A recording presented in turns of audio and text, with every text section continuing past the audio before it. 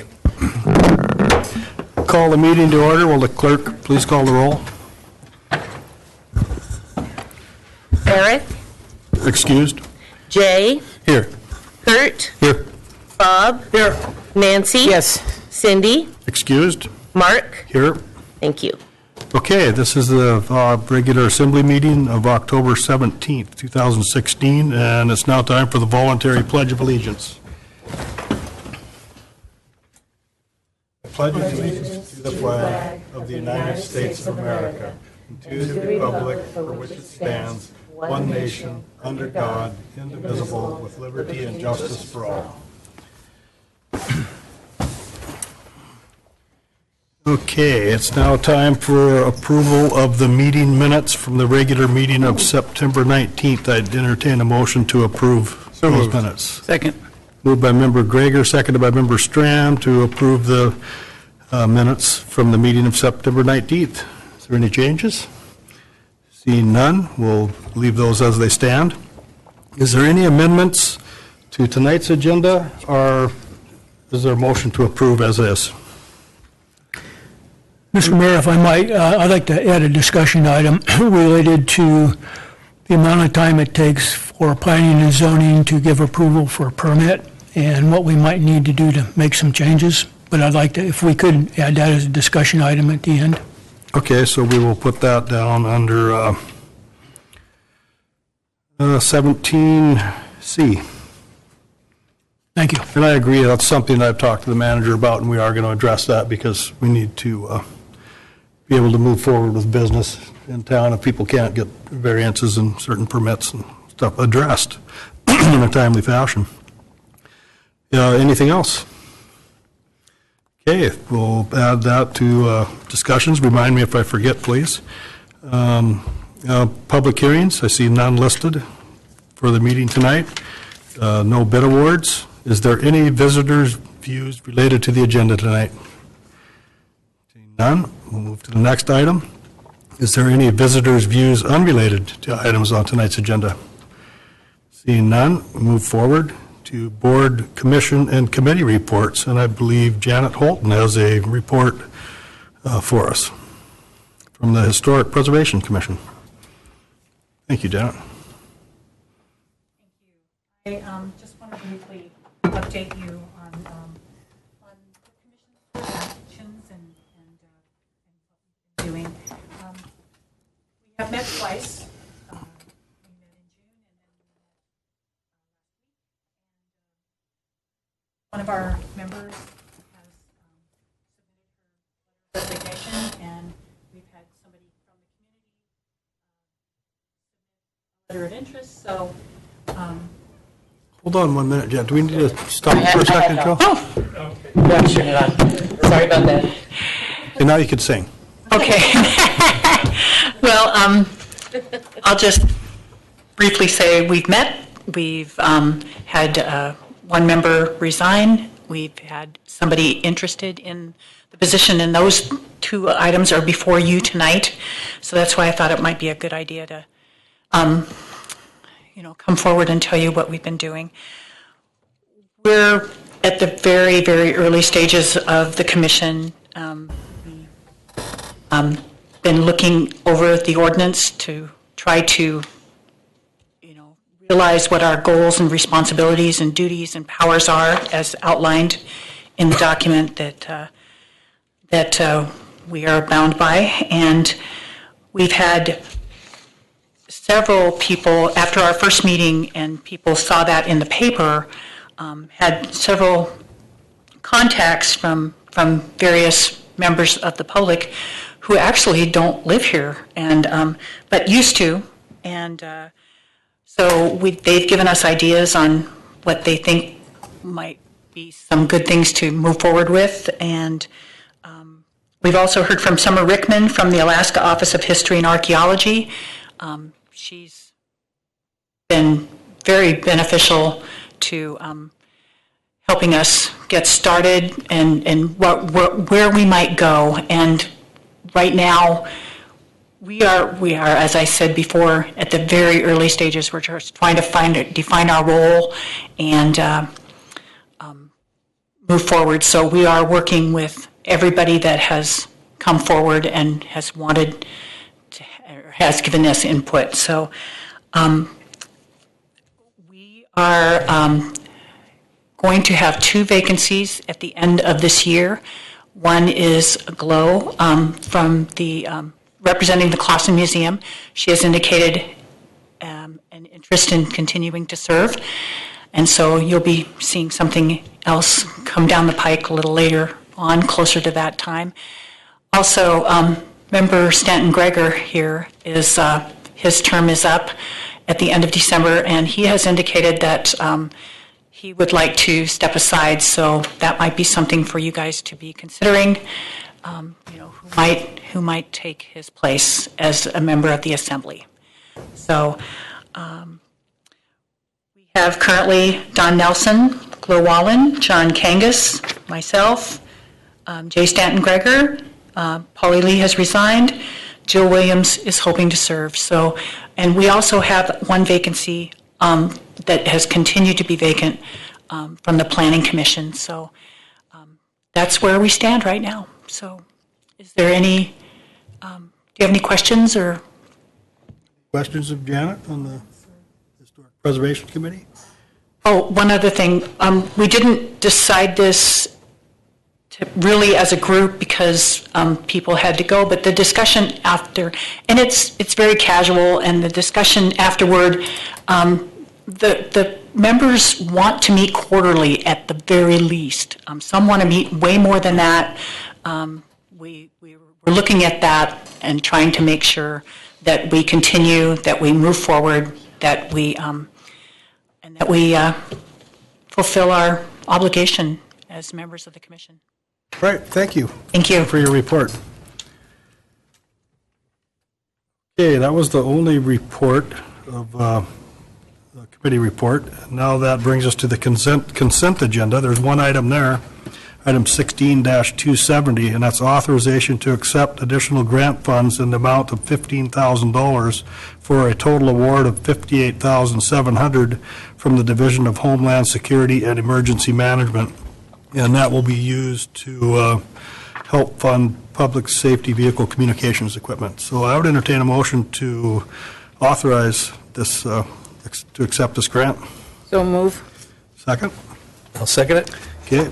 Motion's been made by Member Strand, seconded by Member Walhooter to authorize the acceptance of this grant. Any discussion? Clerk, call the roll. Jay, Yes. Bob, Yes. Mark, Yes. Kurt, Yes. Nancy. Yes. Thank you. Okay, that has been passed unanimously. The next item on the agenda is the mayor's report. Assembly appointments that we do annually after every election. Well, it won't, detailed, or it popped up. The assembly meets the first Monday of each month at 12 noon, or third Monday of each month at 6 p.m. in the assembly chambers. The agenda for the assembly meeting is set by the mayor. Items for the agenda may be submitted to the mayor through the office of the borough clerk. Current assembly members, myself, Bob Lynn, Cindy Lagadakis, Nancy Strand, Eric Castro, Kurt Walhooter, and Jay Stanton Greger.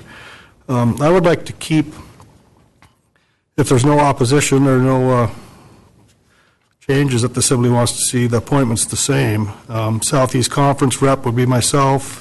Alaska Municipal League rep would be myself. Liaison to the Harbor Board will be Kurt Walhooter. Liaison to Public Safety Advisory Board, appointment was Nancy Strand. Elected official to the Local Emergency Planning Commission was also Nancy Strand. One other thing we did last year is we had Bob Lynn be the representative from the Assembly to the Land Selections Committee, and I would like to keep that the same as well. And that's something we're going to have to get activated again, is that Selections Committee. On the way back from Anchorage on 19th of November, the manager and I are going to stop in Juneau and visit with Randy Ruero, Chief of Staff from Senator Stedman's office, and our lobbyist, and just kind of come up with a plan to move forward with that land selection, just to see how DNR's going and maybe try to ask for some more land like other boroughs have done in the region. So if there's no objections, we will move forward with that, as long as everybody's willing to stay in those positions. I don't see anybody shaking their head, so. Also, Petersburg Economic Development Council meets at the discretion of the PEDC Board, and Nancy Strand was the mayor's designee, and if she would like to remain in that position, that would be great. So, with that being said, where are we here? Now we'll move on to the mayor's report.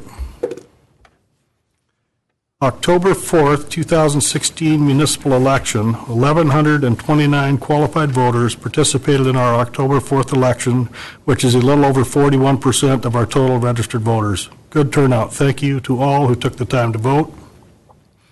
And we're seeking letters of interest. The borough is seeking letters of interest from Petersburg residents willing to serve on the following boards, commissions until the October 27th municipal election.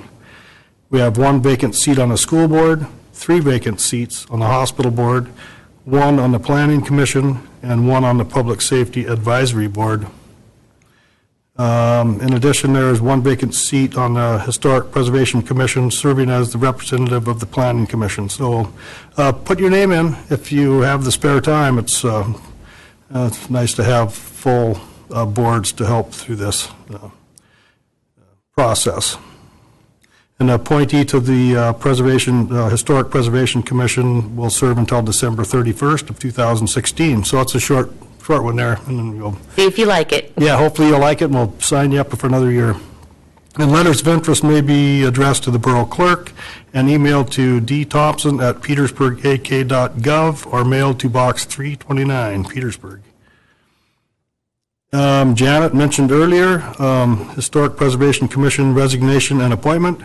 The Historic Preservation Commission unanimously recommends the Assembly accept a letter of resignation from Pauline Lee and a letter of interest to serve on the commission from Joe Williams. Thank you to Mrs. Lee for all her time served, and Ms. Williams for your time and efforts and your willingness to move forward. Excuse me. And we have a hospital board appointment. George Doyle submitted a letter of interest to serve on the hospital board until October 2017 municipal election. Thank you, Mr. Doyle, for your willingness to serve. And hold on a second, I need a frog in my throat here. Okay, a couple meetings, informational meetings that'll be coming to town soon. Pesticide General Permit Information Meeting. The Alaska Department of Environmental Conservation will hold an information forum regarding the renewal of a pesticide general permit for discharges from the application of pesticides to waters of Alaska on Wednesday, November 9th at 6 p.m. And that will be in the PIA conference room at 15 North 12th Street. And that's where the Assembly meets currently. Also, Alaska Mental Health Trust Information Meeting.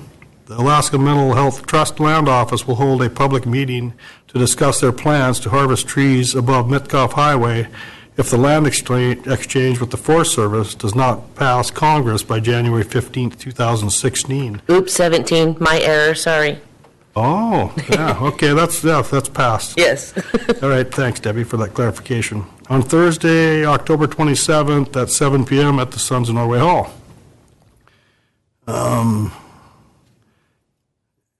Back up a second here. I think there was something I missed, maybe. Oh. So that's it for the mayor's report, and now the manager's not here this evening, so the borough clerk offered to read the manager's report. So thank you, Debbie. Sure. Representatives of the Rasmussen Foundation and Alaska Community Foundation were able to visit the Children's Center last week and tour the new classrooms. Great to show off this community project to out-of-town funders and talk about other projects on the horizon. Next week, Sandy Dixon will be attending the Fall Preparedness Conference and Local Emergency Planning Committee Association meeting in Anchorage. Attendance is Division of Homeland Security and Emergency Management grant requirements. Sandy and Fire Chief Weldy attended the oil spill response presentation by ADEC. 3 EMS people went to EMS Expo last week to attend classes and trek through a vendor show, no cost to the borough. Volunteers are in the elementary school, grades kindergarten through 5th, for fire prevention this week, October 9th through the 15th. Oh, that was last week. But that's cool that they did that. Hiring processes, Hiring processes is still underway to fill 2 corrections officer dispatch and 1 police officer position. We're receiving limited interest. Staff is working long hours and on some regular days off to cover the gaps. Valdez Dispatch Supervisor Lori Mott was here last week and assisted the staff at the PD with further records management training. Staff is scheduled for firearms training, this is the PD again, and qualifications on October 19th and October 20th. Power and Light is trying to make sure all streetlights are working in preparation for Halloween. They've done a survey, but would also appreciate public input on any lights that are not working properly. Planning is now complete for providing the new electric service to the municipal building while keeping the old police department energized. Public Works staff completed the install of a new French drain at the bottom of Surf Street, and Seacon has patched the road. With the dry weather, there has not been an opportunity to determine its effectiveness. Probably not now, Carl. Can we determine it now? Looking good, says Carl, in capturing groundwater since the install. Staff is researching a covered water valve box on Fram Street at the Napa building and will be patching this street with concrete prior to winter. There has been quite a bit of interest in the old brass sidewalk inlays that were salvaged from Main Street. Various businesses have requested them for small concrete or paving projects in order to reuse these pieces of our history. So far, the Public Library, Icicle Seafoods, Viking Travel, and Harborway Parts have used some of these inlays or have plans to use them in future projects. The drive-down bulkhead construction project is on schedule. Tamaco is back on site, driving fender piles and reinstalling and connecting the light poles. Substantial completion should be met by the end of October. GLOW got back from the Harbor Master Conference in Dutch Harbor last week and looks forward to Petersburg hosting the conference with approximately 100 attendees next year, October 2nd through the 6th. ADEC provided the public with an oil response presentation on Tuesday, October 11th, followed by a demonstration assisted by harbor staff of how to use and deploy the oil response equipment along the waterfront. The Borough's Harbor Department houses and monitors this equipment on behalf of ADEC. And I'd just like to add that actually the gentleman with ADEC that was here and did the class came to see me and totally complimented our borough staff, the harbor, public works, everybody that was involved, everybody that will actually take care of the problem if it happens. He said, we have it together, so that was very nice. Good. So we'll move forward. Unfinished business, no items listed there. New business, under new business, item 16-268 is authorization for Manager Giesbrick to sign a cost share agreement with the U.S. Army Corps of Engineers for a feasibility study for navigation improvements to the South Harbor. I would entertain a motion to authorize this. So move. Or second. Second. Moved by Member Strand, seconded by Member Greger to approve this expenditure. And at the August 1st, 2016 meeting, the Assembly approved a $325,000 expenditure from the Harbor Department Reserves Fund, a 50-50 match with the U.S. Army Corps of Engineers to perform a feasibility study for a South Harbor dredge project to remedy increased shallowing depths that are impacting efficient use of portions of the harbor. And I had a conversation with the harbor master today, and she explained actually the borough or the Corps puts up the first $100,000 of the study, and then we start the 50-50 match. Any discussion or questions of GLOW on this? Or Bob? Yes, I have a question. Chloe, down under the item, I'll find it here. Item E on page 27 there, where it says the term maximum federal study cost means 1.5 million federal cost limits for the study. unless the government has approved a higher amount and includes the first 100,000 of costs, which Mark just talked about. Is that total cost for both parties, or what the Fed? Their portion. Their portion. Yeah. And so if we have to put more than $325,000 in it, does that then come back to the Assembly for approval? Well, when I talked about this today, it was pointed out to me today by a finance director that there's in Section 3, item D, I think, if there is any more money required, the Corps will require the non-government participants, us, well, I guess that's the way it's phrased. I left my notes at home, but, so they could ask for more money, and we have 60 days to respond? It's in the contract, yes, Right, 60 and days like- to respond. Right, like Glo said, you could step away from this at any time. Yeah, they made it very clear from the beginning, if we get to the point where we feel uncomfortable or we feel that it's not worth our effort, all we have to do, either parties, is to notify each other and we step away from the. Okay. So under D, it says the non-federal, the government shall provide the non-federal sponsor, so us, with written notice of the amount of additional funds Right. required. So they will definitely notify it. The reason probably they put that cap of 1.5 million is that the entire amount that the feds, that the Corps puts up for these small places like Alaska, Puerto Rico, American Samoa, all of these outlying areas is only approximately 20 million.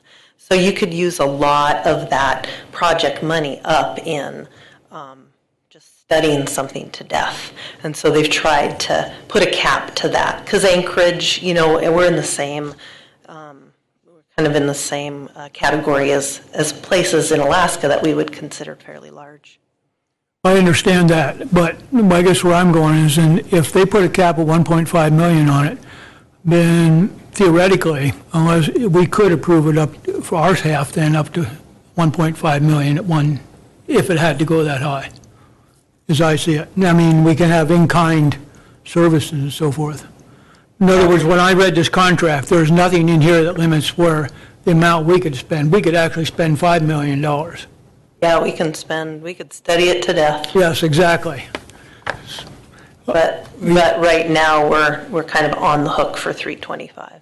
325, right. And anything above that then comes back to the Assembly for approval, is my I would question. imagine any expenditure, over $30,000 would have to come to the Assembly again. But, last time I talked to the manager about this, he was in favor of this because we would have the study in hand.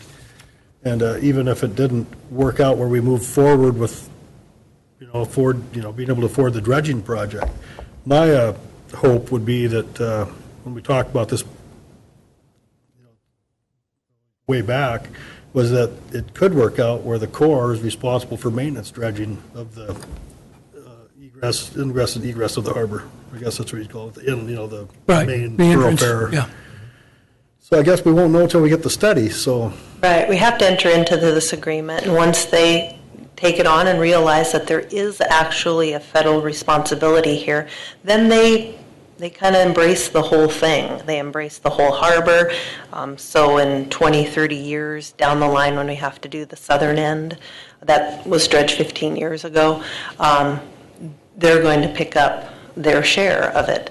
They also realize that Petersburg is beginning to max our capacity, and they feel that what could come out of this study is also probably rationale for another harbor basin somewhere along the waterfront that they would go and identify, put in on behalf of us, similar to our situation in the North Harbor, and then they're on the hook for forever to take care of it.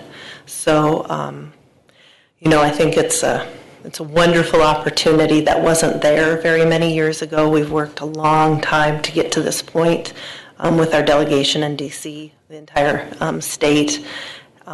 And so we're kind of we were the second harbor, our North Harbor was the second harbor to take part in this when it was initially implemented. And so we're again kind of on the cutting edge of what hopefully the future holds. So I'm really encouraged. And we're dealing with Anchorage. This is the Alaska district, and so they're Alaskans that we're dealing with, and we've dealt with them, and like I said, in the North Harbor, and so they're very, very accommodating and really want to do this work on behalf of our community and on behalf of, how it helps the federal interests. So I'm thrilled this opportunity. So.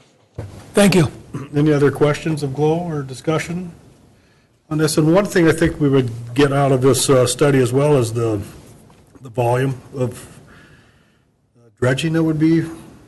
Yeah, we, they're basing a lot of the numbers that they speculated on, and the initial information that you got in August was based on the North Harbor spoils. And we got 23,000 cubic yards, which is what we removed and gave to Carl. And we figured that there's probably double that, probably closer to 50,000 cubic yards. So again, once we get to that point, we'll have real numbers. We'll know exactly what we can afford. And I think the Corps will work with us on that, in that if we can only afford $1 million worth of work, they'll do $1 million worth of work. So I don't think we're going to get to the point where they say, okay, it's all or nothing. But we'll get there. We'll see. Since it is a concern for getting rid of the spoils, the dredging, part of the study, does that include ideas? Yes. To dispose of it? Yep, it does. And, they'll come to us and we'll have to work with the state, depending on, if it comes back as contaminated. Now we know that we sit in kind of a situation where our comparables are the Columbia River, so a lot of times we just come back as toxic because it's good Alaska soil, it's not Columbia River soil, and so, but we'll have to go through and get all of those details. Okay, thanks for the information, Flo, and seeing no more discussion, will the clerk call the roll? Mark? Yes. Bob? Yes. Nancy? Yes. Kurt? Yes. Jay? Yes. Okay, authorization to move forward with the Army Corps of Engineers feasibility study, at least for $325,000 worth from our contribution, moves forward. I see nothing under communications. Assembly discussion items. Is there anybody that has any recognitions? I see none listed on the agenda. So I guess there is no recognitions this evening. And so now it's item B is discussion item about the Kupernoff, Papke's Landing, and Entrance Island docks. And today we talked about it a little bit on Borough Business, and we received another written comment today, but we've been receiving written comments for months now, so I think we'll close the written comment period, and we'll start taking action on this on the first meeting in November. So we'll move forward with that. And I believe the clerk has a summary of all the written testimony, except for the one we received today. So that'll be presented to us. And I would imagine we will do this in a ordinance form in 3 readings, because unless we decide to, in the first reading, just not accept them at all, then it's a done deal, in my opinion. I don't Could it think, be, go ahead. could it be done by resolution? I think resolution is more appropriate than ordinance. Possibly. Okay, then we can do it. Because by- ordinance is a borough law, basically. And this, Okay, you set a law, and this is so, okay, I think we should have a public hearing then. I agree. I think you guys actually need to Maybe talk that- about it a little bit so I know what to put in the resolution. Right? Well, we need, yeah, it's going to be kind of a, in my opinion, a work in progress. We're going to have to decide if we want them. So resolution's down the road. Right. But I do think it should be something you talk about and can, We need to start taking action on it. you need to make some decisions, yes. And public hearing, we definitely should have. Maybe even for, I don't know what you think, but at least for one meeting. Well, we have till January to make our decision. I talked to Mike Lukshin today from DOT. He was wondering where we stood, and we haven't replied to their offer, which was all 3, for $750,000-ish, or whatever it was. And I know we beat it back and forth a number of times, and if we thought it was worth it. So maybe the next step, if this seems logical to the Assembly, would be to go over the summary of all the written comments and have a public hearing at the same time. And then from there, draft some kind of a resolution with an official position to the state, Sounds good. whether it's take one, two, or none, or And I think also, Mr. Mayor, too, it might be important at that time during that discussion to maybe lay out what the ordinances are and what are the responsibilities of the borough are at this particular point. We can't just take the $750-some-odd-thousand and then just let them be cobbled together, because if the borough has it and we have the liability of it, then it has to be brought up to certain standards. I mean, all of these numbers need to be out there so everybody knows what we've been hearing and what we've been playing with. So that would be something that we need to bring up at that time. And then, because, I mean, we can't go back to the 60s, you know, and just have log floats. And it's a little more complicated than that. So anyway, just so people don't think that, you know, we haven't been thinking of their comments. And boy, I wished we could go back to the 60s, but times have changed. And so we've got liabilities and obligations that we have to fulfill to be able to accept these things. So. Well, maybe I could put together something with information that we've gathered from what we've learned from the state, as, for instance, whether we can, if we can, and if we can, how we would give the Kupernoff float to the city of Kupernoff and that kind of thing. Maybe I can do a little sheet. Yes, perfect. Okay. Perfect, yes. you know, and the state is just waiting for our reply at this point. So,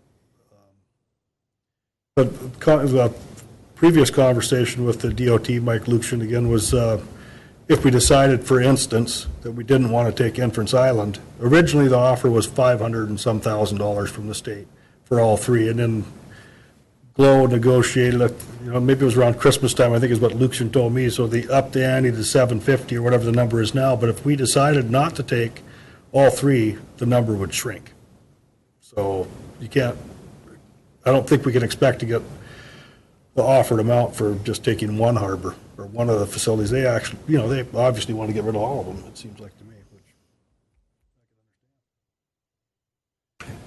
So any ideas? Do you think we're have a public hearing and then go over the summary and then see what we can and can't do and what our legal obligations are as far as keeping things up to certain standards? Yeah. And I think Debbie's idea of a summary of what we've learned is probably very important, both for us and the public, so we're all on the same page, so to speak. And maybe I could ask Glow to help me a little bit figure out what it would cost us to maintain, you know, the docks and things like that. Depreciation, et cetera. Yeah, and, you know, at future costs, Thank you. at least estimates. In the conversation with the harbor master today, we talked about the harbor board's opinion on this, and they won't be having a meeting until possibly early November. So, I mean, I could see this process taking maybe 3 meetings, so not in ordinance form, but, you know, public hearings and Yes. trying to decide what's going to work, if anything will work. And Bob, you mentioned you had some ideas maybe we could talk about down the road, one of these meetings about. On funding those, yes, I have some ideas, but I think it's kind of a, just like you're talking about, kind of a stage 1, 2, and 3, and I'd be willing to talk about those at the next session or the following one, but some of them I have would depend on where we want to go with it, you know. So actually what we're doing is using the public's input and the, you know, through public hearings and the written comments already to come up with a draft resolution to move forward or to not accept them at all. Okay, well, any other discussion on this item? I'm sure we'll have more people in the room at the next meeting. Well, with that, I'll entertain a motion to adjourn. Well, we forgot. Oh, Bob, one more. See, you had to remind me. I was trying to get out of here in half an hour. 17C, it's, Bob wants to talk about We're close. Hey, planning and zoning ideas, and I agree this is important. yeah. After we got done with the last hearing, one of the items there was the amount of time it took to actually get a permit. And in our climate, I think it's unreasonable for anybody to wait 3 months for a permit. from planning and zoning. And I understand that there's times they can't meet, I understand that there's all kinds of contingency, but I think it's time that we take a look at what we might want to do. I think 45 days, anybody who makes application should have an answer within 45 days, is my opinion. But in order to do that, in talking with both Steve and some other folks and Liz, we may need to have a charter change in order to make some changes. My idea would be that if the planning and zoning does not meet or does not have a quorum, and there is a permit on board, that either Steve and/or the planning director can make that decision. That allows the assembly to be the board if there's a problem with it.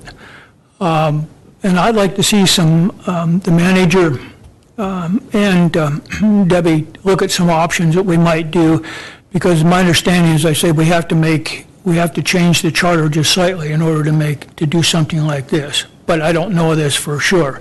But I'd like to hear anybody else what their opinion is related to this also. If the planning and zoning couldn't rectify a permit application, then it can't go to the assembly next, because if the person, if they couldn't, if someone approved it, then we wouldn't, if the assembly approved it, we couldn't, Right. The Board of Adjustment, couldn't hear yes. the appeal. So Yeah, it has to be a middle person in there. Right, no, I'm not saying, I'm saying the middle person would be either Steve and/or Liz, yeah. Right. And make the decision. I agree, we need to have some mechanism there where we could keep the ball rolling when people are trying to do projects. Matt, I asked, what is oftentimes the holdup? I understand we don't always have a quorum, but we don't always have, people that are interested, that can meet because they're out in the summertime or fishing. But is there just disinterest in the planning and zoning board, that they just don't want to meet when these applications come up, or, they don't want to, do they have, like, I remember one of the board members that we had on the harbor board at one time, we were kind of a loose board, and we would kind of meet when we thought we needed to meet. But this person said, we need to start meeting at least one specific time a month. Does the planning and zoning have that same kind of?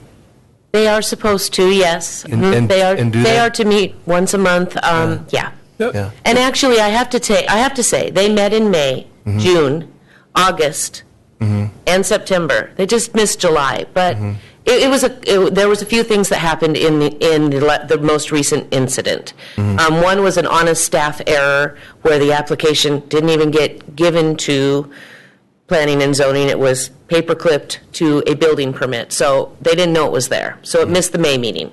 Then came the June meeting, and they put it before the P&Z, the application first, and then the P&Z schedules a public hearing. So that's a month from then. Maybe something like that can be cleaned up. Maybe rather than the P&Z saying, oh yeah, look, we have this, let's schedule a public hearing, maybe staff can just put a public hearing on the agenda, kind of like, what we do. That's a possibility. Yeah. So there are some other ways that we can try to speed things up as well, I believe. The quorum, though, as I see it, Debbie, is the problem. If you have and we've had numerous times now, we've not had quorum. It has happened. It has in the past, yes. And I couldn't answer as to why, to be honest with you, Kurt. Liz would probably need to be able to answer that. I would just add, regardless of the why, if someone's applied for a building permit, want to do X, Y, or Z project, they should have a reasonable expectation to have an efficient response to their application, regardless of whether it be quorum or otherwise. That's I think true. You're on the right track, Member Lynn. So maybe we might, maybe minding that same vein that Bob is on, is that maybe a borough staff member could fill in as, maybe through the charter, fill in as a board member to fulfill that quorum. The empty seat. Oh, You know what I that's mean? another And that way idea. there, then, if somebody wants to volunteer, they could do something like that if we're just missing one person. And that way there, they wouldn't be in any conflict with, the board of, with us if there was ever any discrepancies over the permit. That'd be a good thing to run by the attorney to see if, Yeah. Probably take a charter change also. yeah. I'm sure it would, but yes, we'll have to see what the attorney says. But it's a good idea. Okay, any more discussion on item 17C, now that we've remembered we had it? Okay, seeing none, now I'll entertain a motion to adjourn. So move. Second it. I'll second it. All those in favor say aye. Aye. Aye.